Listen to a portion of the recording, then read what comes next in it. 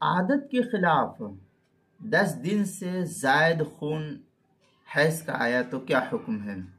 चुनांचे अगर किसी औरत को मसलन 3 दिन या इसी तरीके से 4 दिन खून आने की उसकी एक उमूमी आदत थी, उसकी अक्सर आदतें थी। आमतौर पर जो औरतों के हैज़ आता वो 3 दिन या 4 दिन या 5 दिन आता था। इसी तरीके से किसी औरत की आदत थी कि उसको 3 दिन आया या 4 दिन आता था या 5 दिन आता था।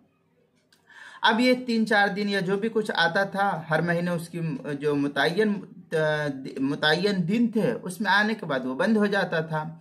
मगर किसी महीने 10 दिन से ज़्यादा खून आ गया, किसी महीने में ऐसा इत्तेफाक हो गया कि 10 दिन से ज़्यादा आ गया, तो अय्याम आदत के अलावा बाकी ज़ायद अय्याम का खून इस्तिहाज़ा शुमार होगा। मसलन औरत की आदत थी 5 दिन की, अब वो हर महीने उसको 5 ही दिन आता था, लेकिन अब उसको 5 के बजाय 10 दिन भी पूरे हो गया, 10 के ऊपर 2 दिन और चला गया, यानी 12 दिन है इसके आगे।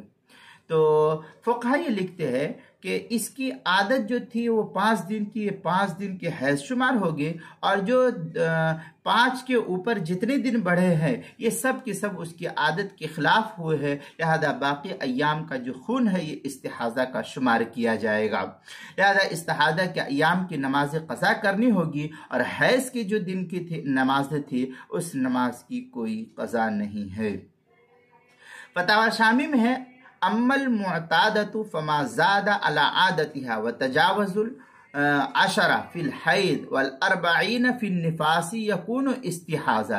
ये इस तरीके से फतावा शामी की जो बैरूत का छपा हुआ नुस्खा उसकी पहली जिल्द 413-414 पर है, और जो फतावा शामी ज़करिया बुक डिपो देवबंद का हिंदी नुस्खा उसकी पहली जिल्द सफ़ा 477 और किताबुल मसाइल उसकी पहली जिल्द सफ़ा 216 पर इसको नकल किया गया है।